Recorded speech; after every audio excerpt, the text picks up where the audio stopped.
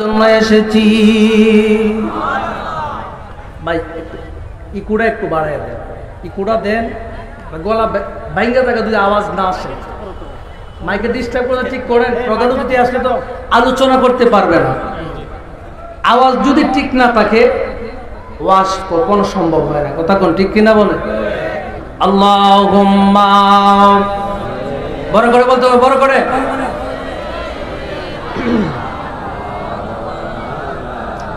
মুহাম্মাদ ওয়া আলা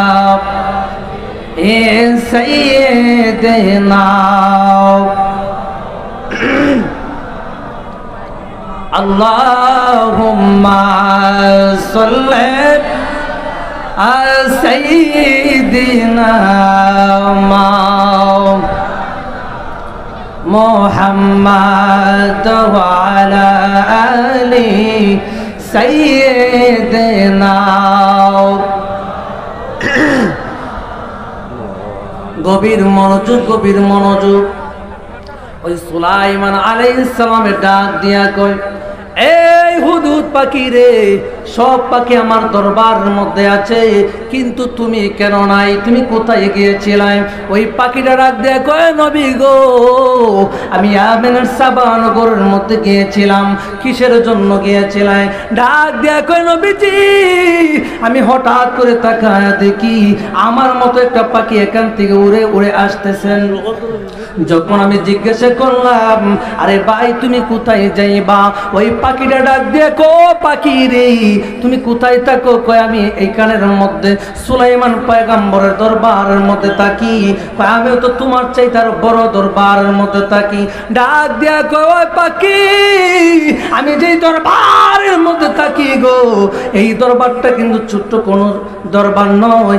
এখানের মধ্যে সুলাইমান নবীজি শুধু তো নবী নয়, এই দুনিয়ার জমিনের মধ্যে আল্লাহ রাব্বুল আলামিন উনাকে যেমন নবী বানিয়ে পাঠিয়েছেন, আল্লাহ দুনিয়াতে উনাকে একমাত্র দুনিয়ার জমিনের মধ্যে আমার আল্লাহ বাদশাহ বানায়া দিয়েছে। এই কথা যখন বলেছেন, বলার পরে ডাক দিয়ে কই, জাননি তোমার দরবারের চাইতে আমার দরবার বেশি বড়। ওই চলো তোমার দরবারটা আমি দেখতে চাই। যখন ওই হুদহুদ পাখিটা উড়ে উড়ে গেল গো, ইয়ামেনের সাবা নগরের মধ্যে গেল। যাইয়া যখন এই ঘরের মধ্যে প্রবেশ করলেন, তাকায় দেখেন একটা মহিলা, এত সুন্দর একটা মহিলা কানের মধ্যে ঢুকলেন। ঢুকার পরে দেখলেন অনেক সুন্দর একটা মহিলা দেখা যায়, কিন্তু ওই মহিলাটা গো ভিন্ন ধরনের একজন মহিলা। ডাক দিয়া কয়, হুজুর আপনি তো আল্লাহর পূজা করেন, আর ওই মহিলাটা একমাত্র সূর্যের পূজা করে। এই কথা যখন বলেছেন, বলার পরে ডাক দিয়ে বলেন, এই হুদহুদ পাখি রে, তোমাকে আমি জবাই করব। কিসের জন্য? আপনাকে আমি তো সুখবর দেওয়ার জন্য আসলাম। কয়ে বলো কি সুখবর দিবা? ডাক দিয়ে কয়, নবীজি আমি যেই জায়গার মধ্যে গেলাম, ইয়ামেনের সাবা নগরের মধ্যে গেলাম গো, ওই জায়গার মধ্যে আমি যায়া দেখি মানুষের মাথার মধ্যে কোনো কন্যা। এটা বুঝি সুসংবাদ, তোরা আমি জবাই করু, আয় তোরা আমি জবাই করু। ডাক দিয়ে কয়, নবীজি এটা যদি আপনি সুসংবাদ না করেন, আরেকটা সুসংবাদ রয়েছেন। কই কি সুসংবাদ দিবি? তাড়াতাড়ি বল। ডাক দিয়া কই, নবীজি আমি ওই জায়গার মধ্যে যাইয়া দেখি গো, এক স্ট্যান্ড থেকে আরেক স্ট্যান্ডের মধ্যে যাইলে খাবারগুলি পাওয়া যায়। সুন্দর সুন্দর খাবারগুলি রেডি হয়ে আছে গো। ওই খাবারগুলি মানুষের যত মন চায় তত খাইতে পারবে, কিন্তু কোনো টাকা দেওয়া লাগে না। আপনি এটা মানেননি? ওই সুসংবাদ আমি মানি নাম। ডাক দিয়ে কয়, আরেকটা সুসংবাদ রয়েছেন। কই কি সুসংবাদ দিবি? তাড়াতাড়ি বল। ডাক দিয়ে কয়, নবীজি ওই জায়গার মধ্যে আমি তাকাইয়া দেখলাম গো, আমার আল্লাহ রাব্বুল আলামিন একটা ফুলের বাগান, এত সুন্দর একটা ফুলের বাগান দিয়েছেন, যেই ফুলের বাগানের মধ্যে যত ফল মন চাই খাইতে পারবেন, আনতে পারবেন, কোনো টাকা পয়সা দেওয়া লাগে না। কই তোরা আমি খাইতেলাম, তোরা জবাই করুম, এই সুসংবাদ আমি মানি না। কই হুজুর আরেকটা সুসংবাদ আছে। কি সুসংবাদ? এখানের মধ্যে গিয়া দেখলাম একটা মহিলা এত সুন্দর, আমার জীবনে এত সুন্দর মহিলা দেখছি না। হুজুর আপনি বিয়ে করে লাগেন। সুবহানাল্লাহ কইতেন না? আমার জোরে কইতেন না সুবহানাল্লাহ? এখন সুলাইমান নবী ডাক দিয়ে কয়, তুই জানোস আমার 1000 বউ আছে। সুবহানাল্লাহ কইতেন না? মাশাআল্লাহ, আপনি 1000 বউ, তাহলে সমস্যা কি? তা ওই মহিলা তো আরো সুন্দর, আপনি বিয়ে করে লাগেন। আমার 1000 বউ আছে, বেটা বউর কোনো প্রয়োজন নাই, আমি আর বিয়ে করানো লাগতো না। এখন ডাক দিয়ে কয়, হুজুর এর চাইতে বড় ধরনের একটা সংবাদ আছে, আপনি দিতাম নি। কয় বালা দুঃস সংবাদ দেশ, মাপ পাইবে, আর নাহলে তোমার জবাই করব। তখন ডাক দিয়ে কয়, হুজুর আপনি তো আল্লাহর পূজা করেন, আর এখানের মধ্যে আমি দেখে আসলাম বিলকিস রানী একজন মহিলা, অত্যন্ত সুন্দর, বিরাট বড় একটা প্রাসাদ রয়েছে, কিন্তু ওই ব্যক্তি আল্লাহর পূজা করে না, ওই ব্যক্তি সূর্যের পূজা করে। জোরে কোন নাউজুবিল্লাহ, আরো জোরে বলো নাউজুবিল্লাহ বলো। তখন এখন সুসংবাদ ঠিক আছে, কতগুলি যা বলছো সব বাদ, একটা সুসংবাদ ঠিক আছে। কেন হুজুর? সূর্যের পূজা করে, আমার আল্লাহর পূজা করে না, তাকে আমি ইসলামের দাওয়াত দিয়ে আমি মুসলমান বানাইতে চাই। জোরে কোন সুবহানাল্লাহ, আরো জোরে বলুন সুবহানাল্লাহ বলুন। এই সুসংবাদটা শুনে তোমার আমি মাফ করলাম, একটা কারণে আমি মাফ দিলাম, আমি ইসলামের বাণী দিয়ে ওনাকে আমি মুসলমান বানাইতে চাই। এটা ভাই আওয়াজ ওয়াজ হয় না, এটা শুনবেন নি আপনারা? শুনবেন নি? আওয়াজ কিন্তু জোরে দিতেইব, সামনে কিন্তু মানুষের অভাব নাই। অনেক বেশি ভালো লাগে সোনার মদিনা, লাগবেই তো। মহন আওয়াজ নেই, তাকিটাও কইতাম না, বাপ গজলা কইতাম না। তাহলে আমি ঘটনাটা বলি, শেষ হবে না, আবার চলে আসবে। ওই যে কইতাছে গাইতাম, একটু পরে 5 মিনিট পরে গাই, অসুবিধা আছে নি? আর জোরে কোনো অসুবিধা আছে নি? আচ্ছা, তখন বললেন যে তুমি যখন বলছো সূর্যের পূজা করে, সূর্যের যখন পূজা করে, তাকে আমি সূর্যের পূজা বাদ দিয়া আমার মালিকের পূজা করাইতে চাই। জোরে কোন সুবহানাল্লাহ। আমার আল্লাহ কি করলেন? ওই হুদহুদ পাখির কাছে আমার আল্লাহ একটা চিঠি লেখা দিলেন। ওই হুদহুদ পাখি জিজ্ঞাসা করলো, হুজুর আপনি যা আমার কাছে এটা দিবেন, আমি দিমু কেমনে? আমার দিয়ে গুলি করে মারা লেব, আমি দিমু কেমনে? আমি তোমার পরামর্শ দিয়া দিই, শোনো, তুমি ট্যুরের মধ্যে এটা নিবা, যখন উনার রাজ্যের মধ্যে বসবে, বসে যখন উনার লোকের সাথে কথা বলবে, উপরে দিয়ে উইরা উইরা যাইবা, ট্যুর থেকে তার সামনে এটা ফালাইয়া দিবা। সুবহানাল্লাহ বলো। এটা যখন সে মানুষের সামনে যখন পড়বে, মানুষগুলি জিজ্ঞাসা করবে, বিলকিস রানী আপনি চিঠির মধ্যে কি লেখা রয়েছেন আমাদেরকে একটু জানাইয়া দেন। জোরে কোন সুবহানাল্লাহ। এই জানানোর ভিতরে দিয়ে আল্লাহ রাব্বুল আলামিনের ইসলামের দাওয়াত আমি দিয়ে দিব। জোরে কোন সুবহানাল্লাহ। আল্লাহুম্মা, জোরে জোরে জোরে, মাওলানা মুহাম্মদ ওয়া আলা সাইয়্যিদিনা আল্লাহুম্মা সাল্লি আলা সাইয়্যিদিনা মুহাম্মদ ওয়া আলা আলি সাইয়্যিদিনা। একটি জবানও বন্ধ রাখবেন না। যদি আমার রাসূলকে ভালোবাসেন, আওয়াজ করে বলেন আল্লাহু আকবার। ও আমার বন্ধুরি, যখন সুলাইমান পয়গম্বর ওই যখন ইসলামের বাণী দিবেন, এই কুরআন শরীফের মধ্যে সূরা নমলের মধ্যে এসেছেন, ইন্নাহু মিন সুলাইমান ওয়া ইন্নাহু বিসমিল্লাহির রহমানির রহিম।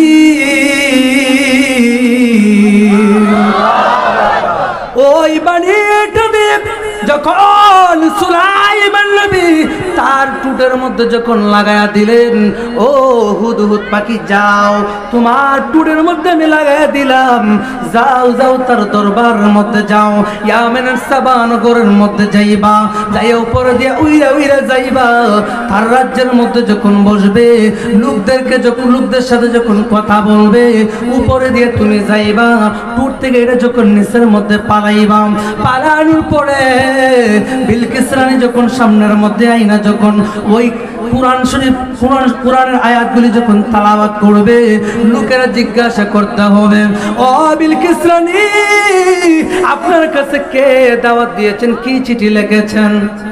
এই চিঠির জবাবগুলি যখন ওই মানুষগুলি শুনতে পারবে গো, আমার আল্লাহ রব্বুল আলামিনের প্রতি আমার আল্লাহ তাদের মধ্যে আমার আল্লাহ এমন একটা জিনিস দিয়ে দিবেন, যে এই জিনিস দেওয়ার কারণে আমি সুলাইমান নবী তাদেরকে ইসলামের দাওয়াত দিয়ে মুসলমান বানাইতে পারবো।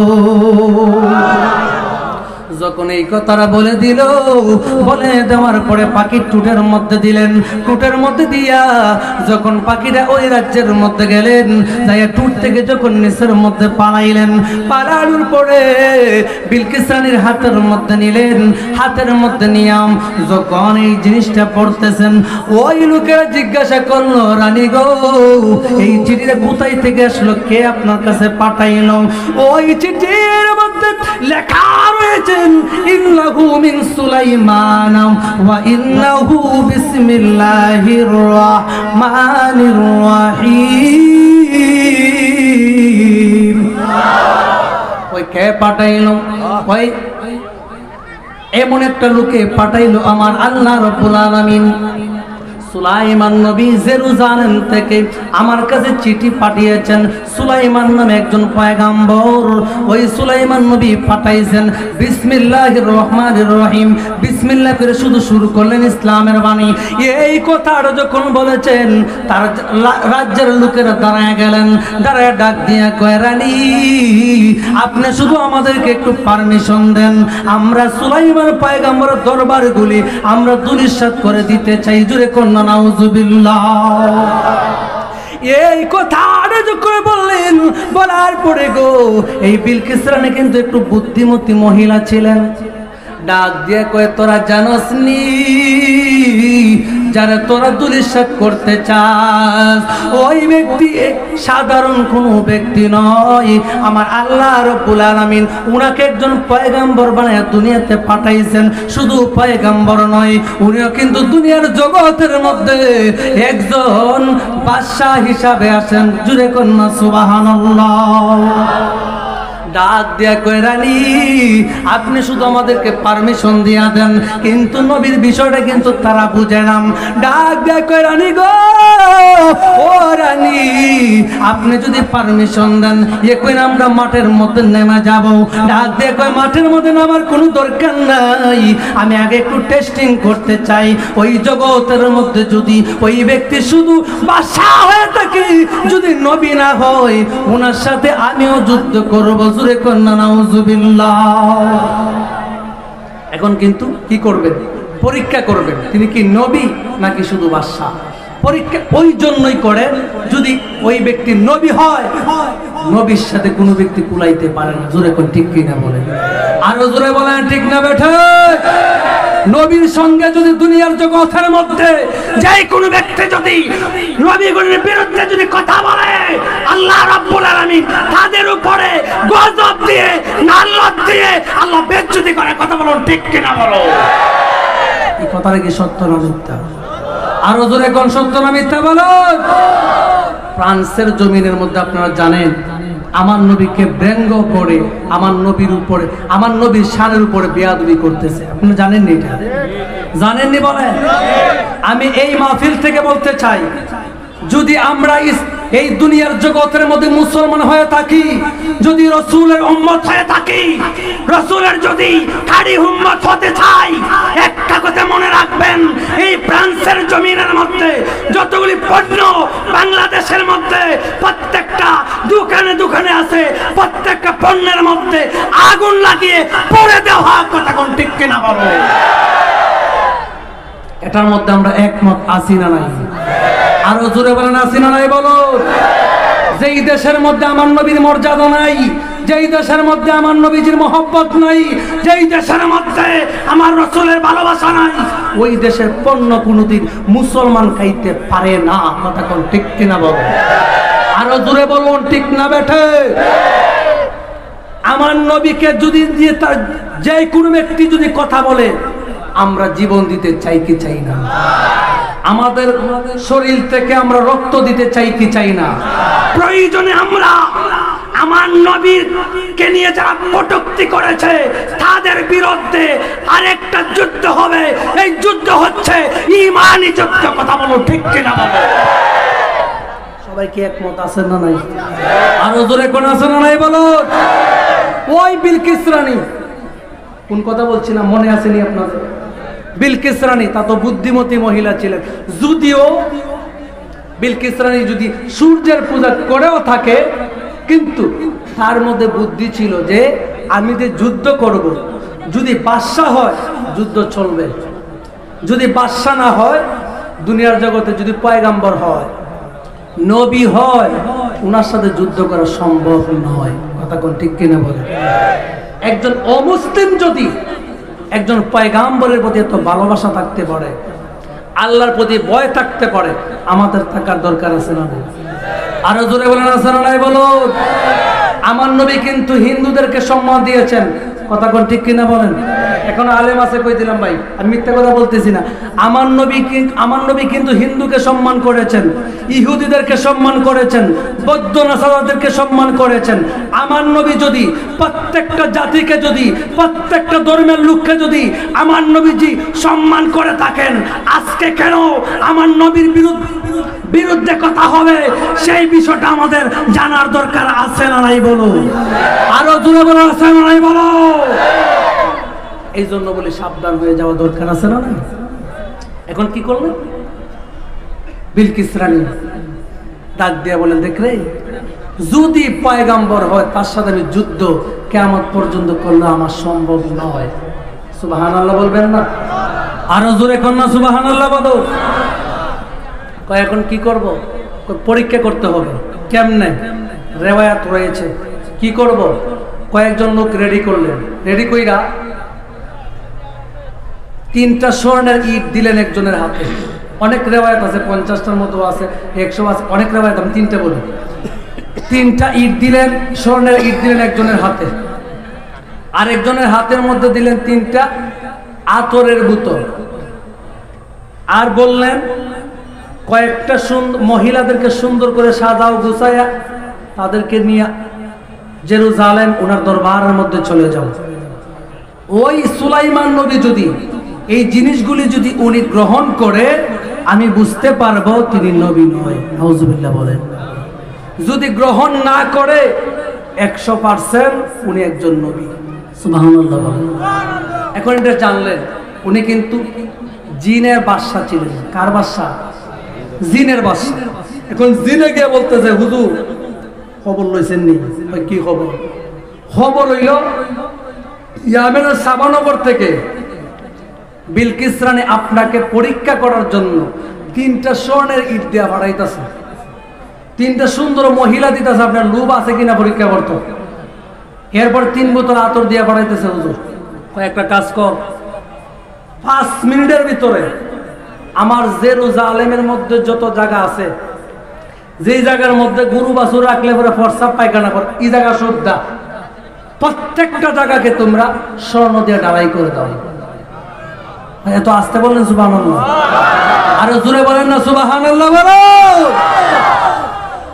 ডাক দিয়া কই, নবী গো, ও মায়ার নবী, দয়ার নবী।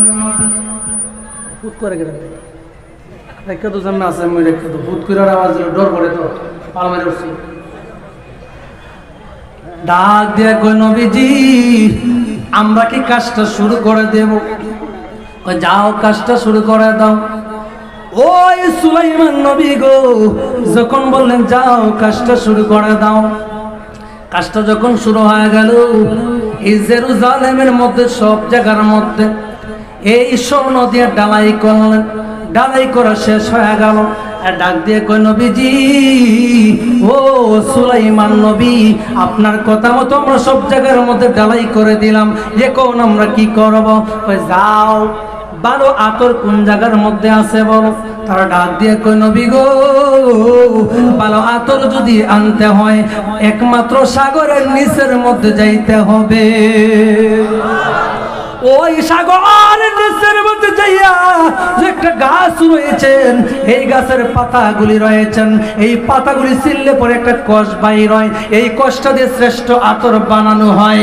এই আতরটা যদি আমরা আনি, এর চাইতে ভালো কোনো আতর পাওয়া যায় না। যাও, তাড়াতাড়ি যাও। ওই জায়গার মধ্যে গেলেন, যাইয়া যখন আতরগুলি রেডি করলেন, এখন কি করব? একটা করে পাতা নিয়ে আসলেন, একটা করে পাতা নিয়ে আসলো। ওই হুজুর, এখন আমরা কি করব? ওই তাড়াতাড়ি যাও, জিনের মধ্যে একদল লোক রয়েছেন সবচাইতে বেশি সুন্দর, তাদেরকে বলা হয় পরী। কি বলা হয়? পরী বলা হয়। ওই তারা হচ্ছে সবচাইতে সুন্দর, তাদেরকে তোমরা সাজাইয়া গুছাইয়া প্রত্যেকটা চুলের গুড়ার মধ্যে একটা করে পাতা ঢুকাইয়া দিবান, আতরের গ্রান করবেন। যখন নিয়ে আসলেন, হাজার হাজার মহিলা নিয়ে আসলেন সাজাইয়া গুছাইয়া, তখন কি করব গো? তখনই ডাক দিয়া বললেন, ও জিনের দলের, এখন তোমরা একটা কাজ করো। কই কি করব? আমার রাজ্যের চারদিক দিয়ে তুমি সাজায়া দাও। যখন সাজায়া গুছাইয়া দিলেন, সবকিছু যখন রেডি হয়ে গেল, রেডি হয়ে যাওয়ার পরে কি করবে? কি করবে? ওই দিক থেকে বিলকিসের নিরুগুলি পাঠায়া দিলেন। তারা যখন এইগুলি নিয়ে যখন জেরুজালেমের ভিতরে যখন পাউডার দিছে রে, ডাক দিয়ে একটা বন্ধু আরেকটা বন্ধুর কাছে ডাক দিয়ে কই, বন্ধুরি একবার তাকায়া দেখ, আমরা মাটি দিয়ে হাইটা হাইটা আসলাম, কিন্তু এখানের মধ্যে যে জায়গার মধ্যে আমরা পাও দিলাম, এখানের মধ্যে কিন্তু মাটি নাই, মাটি নাই।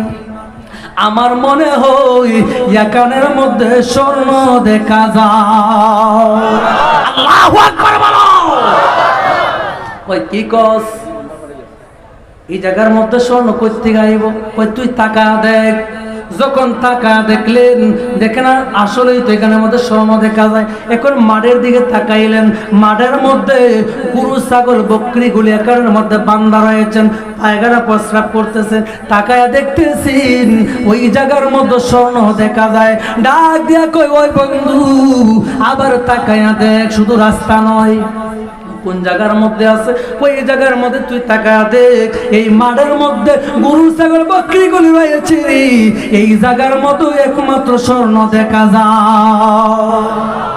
এখন দেখে তো তারা চিন্তা করলো, একবার মাঠের দিকে চায়, একবার গরুর দিকে চায়, একবার বকরির দিকে চায়, আর একবার তাদের তিনটা ইটের দিকে চায়। শরম পাইছিনি? মনে করো শরম পাইছিনি? কয়বার দেখছো দি কারবার? এই প্রত্যেকটা জায়গার মধ্যে আমরা সব দেখি স্বর্ণ দিয়ে ঢালাই। আমরার কাছে রানী কিভাবে তিনটা ইট দিল? ওনার কি কোনো বিভাগ বিবেচনা নাই? বিভাগ নাইনি, কেমনে দিল তিনটা ইট আমরা রাতের মধ্যে? এখন চল তাড়াতাড়ি জায়গা, যে শরম পাইছি এই শরম নেই, আমরা ফিরত যাই, নাহলে কিন্তু উপায় নাই। কয় না রাগ, যেই দরবারের মধ্যে সব জায়গার মধ্যে স্বর্ণ দিয়ে ঢালাই করা হয়, এখানের মধ্যে আরো জিনিস দেখার জায়গা রয়েছে। কথা বলেন ঠিক কিনা? বলো আরো জোরে বলেন ঠিক কিনা? বলো। অনেক বেশি ভালো লাগে সোনার মদিনা, লাগবেই তো কেন সে তাই শাহে মদিনা, বলো না লাগবেই তো কেন সে তাই শাহে মদিনা। অনেক বেশি ভালো লাগে সোনার মদিনা, লাগবেই তো, লাগবেই তো কেন সে তাই শাহে মদিনা, বলো না লাগবেই তো কেন সে তাই। পৃথিবীর কত দেশে কত যে গেলাম, কোনো জায়গা কোনো কানে শান্তি না পেলাম। পৃথিবীর কত দেশে কত যে গেলাম, কোনো জায়গা কোনো কানে শান্তি না পেলাম। শান্তি যদি পেতে চাও চলো মদিনা, বলো না শান্তি যদি পেতে চাও চলো মদিনা লাগবেই তো কেন সে তাই শাহে মদিনা বলো না লাগবেই তো কেন সে তাই না বলো না লাগবেই তো কেন সে তাই শাহে মদিনা একটা জবানও বন্ধ রাখবেন না সিনহে আওয়াজ দিয়ে বলুন সুবহানাল্লাহ জোরে করুন না আল্লাহু আকবার নবীরে খুশি করার ইচ্ছা আসেনি ভাই জোরে কোন আসেনি তাহলে বলেন ইয়া রাসূলুল্লাহ আরো জোরে বলুন ইয়া রাসূলুল্লাহ বলো গভীর মনোযোগ যখন স্বর্ণগুলি ডালাই করা দেখলেন কি করবেন পিছনের দিকে যাইবেন এখন আরেকটা বন্ধু ডাক দিয়ে কই যে এই জায়গার মধ্যে স্বর্ণ দিয়ে ডালাই করতে পারে আমার মনে হয় সামনে আরো কিছু রয়েছেন যখন সামনের দিকে গেল যাইয়া দেখতেছি ওই জায়গার মধ্যে গো সুন্দর সুন্দর মহিলাগুলি দেখা যায় ডাক দিয়ে কই বন্ধু দেখ টাকা দেখ আমি তো বলছিলাম এখানের মধ্যে আরো ভালো কোনো জিনিস রয়েছেন ওই টাকা দেখ এখানে আর মধ্যে আমাদেরকে যেই জিনিস দিয়েছেন ওই জিনিসের মধ্যে আমাদের চাইতে নারায়ে তাকবীর আল্লাহু আকবার নারায়ে রিসালাত কাহিনী সবে আগমন শুভেচ্ছা স্বাগত পানি হুন্দার পক্ষ থেকে লাল গোলাপ শুভেচ্ছা নারায়ে তাকবীর আল্লাহু আকবার নারায়ে রিসালাত আহলে সুন্নাত ওয়াল জামাত সম্মানিত উপস্থিতি সম্মানিত নবী প্রেমিক রাসূল প্রেমিক সুন্নি জনতা আপনারা যারা দাঁড়িয়ে রয়েছেন অনুগ্রহপূর্বক বসে যান আমাদের প্রধানমন্ত্রী এসে পৌঁছে যাবেন কয়েক মিনিটের ভিতরে আমাদের প্যান্ডেলের ভিতরে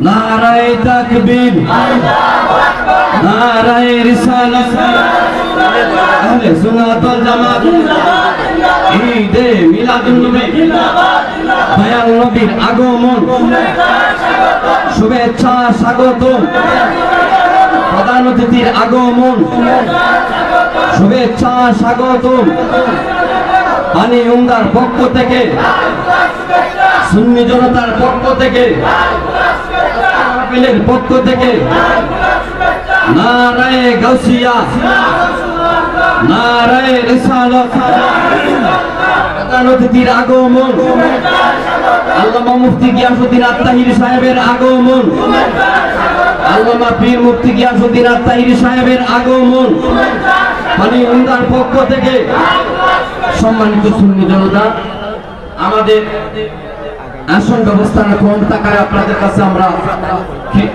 আমরা দুঃখ প্রকাশ করতেছি যদিও নিচে ফ্লোর রয়েছে নবীর মহব্বতে রাসূলের মহব্বতে একটা দিন আপনারা বসে যান দাঁড়িয়ে থাকবেন না দাঁড়িয়ে থাকলে আমাদের মাহফিলের সৌন্দর্য নষ্ট হয় সবাই নিজ নিজ দায়িত্ব সহকারে আপনারা অনুগ্রহপূর্বক বসে যান এই পাশে যারা রয়েছেন আমাদের অতিথি আসতেছেন ওনাকে আসার আপনারা জায়গা করে দেন নারায়ে তাকবীর আল্লাহু আকবার নারায়ে রিসালাত প্রধান অতিথির আগমন প্রধান অতিথির আগমন আল্লামা পীর মুফতি গিয়াসউদ্দিন আত-তাহিরি সাহেবের আগমন আল্লামা পীর মুফতি গিয়াসউদ্দিন আত-তাহিরি সাহেবের আগমন সম্মানিত উপস্থিত জনতা ডাইন পাশে যারা রয়েছেন আপনারা কাইন্ডলি একটু জায়গা করে দেন রাস্তা করে দেন আমাদের অতিথি যারা যাতে আমাদের প্যান্ডেলের মধ্যে আসতে পারেন স্টেজের মধ্যে সুন্দরভাবে আসতে পারেন অনুগ্রহপূর্বক আপনারা নিজ নিজ দায়িত্বে একটু জায়গা সংকলন করে দেন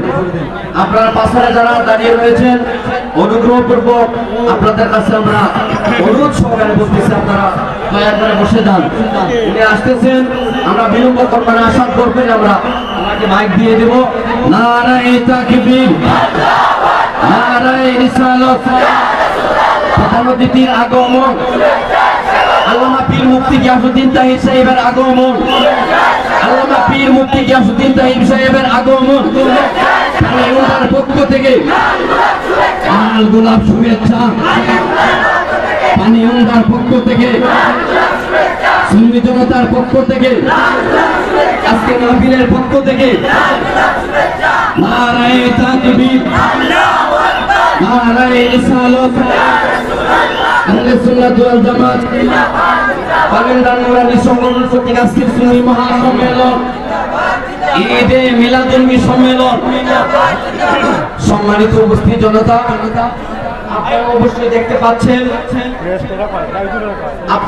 দেখতে পাচ্ছেন আমাদের প্রধান অতিথি আমাদের স্টেজে উপস্থিত হয়েছেন। অল্প কিছুক্ষণের মধ্যে আমরা ওনাকে মাইক দিয়ে দেব। এখানে পাশে যারা আছেন আমাদের পুলিশ স্টেশনের সদস্যরা এসেছেন, তাদেরকে আপনারা জায়গা করে দেন।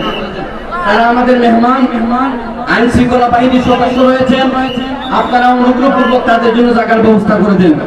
আমরা একদিন না বসলেও হবে, মেহমানকে সম্মান করতে হয়, তারা আমাদের আইন শৃঙ্খলার দায়িত্বে রয়েছেন, এদেরকে আমরা জায়গা করে দিতে হবে। দয়া করে আপনারা জায়গা করে দেন। চেয়ারে না বসলে তো হয়, নবীর মহব্বতে, রসুলের মহব্বতে আমরা একদিন বসি না। সম্মানিত উপস্থিতি, আমি আমাদের যিনি আলোচনায় ছিলেন উনি আশা করি আপনাদের কাছ থেকে বিদায় গ্রহণ করবেন। এরপর পরে আজকে আমাদের প্রধান অতিথি মহোদয়কে আপনাদের সামান্য বক্তব্য দেওয়ার জন্য আমরা উপস্থাপন করব। এখানে জায়গা হচ্ছে না, আপনারা কষ্ট করে একটু সামনের দিকে চাপেন, সবাইকে বসার মতো সুযোগ দেন, আমি আলোচনা এখন আর করবো না, যেহেতু আমার বড় ভাই তাহির সাহেব এসেছেন। আমার কথা কিন্তু আপনাদের কাছে ভালো লাগবে না, আমি এখন ছেড়ে দেবো। অবশ্যই আমার 2-3টে কথা বলি আপনাদেরকে।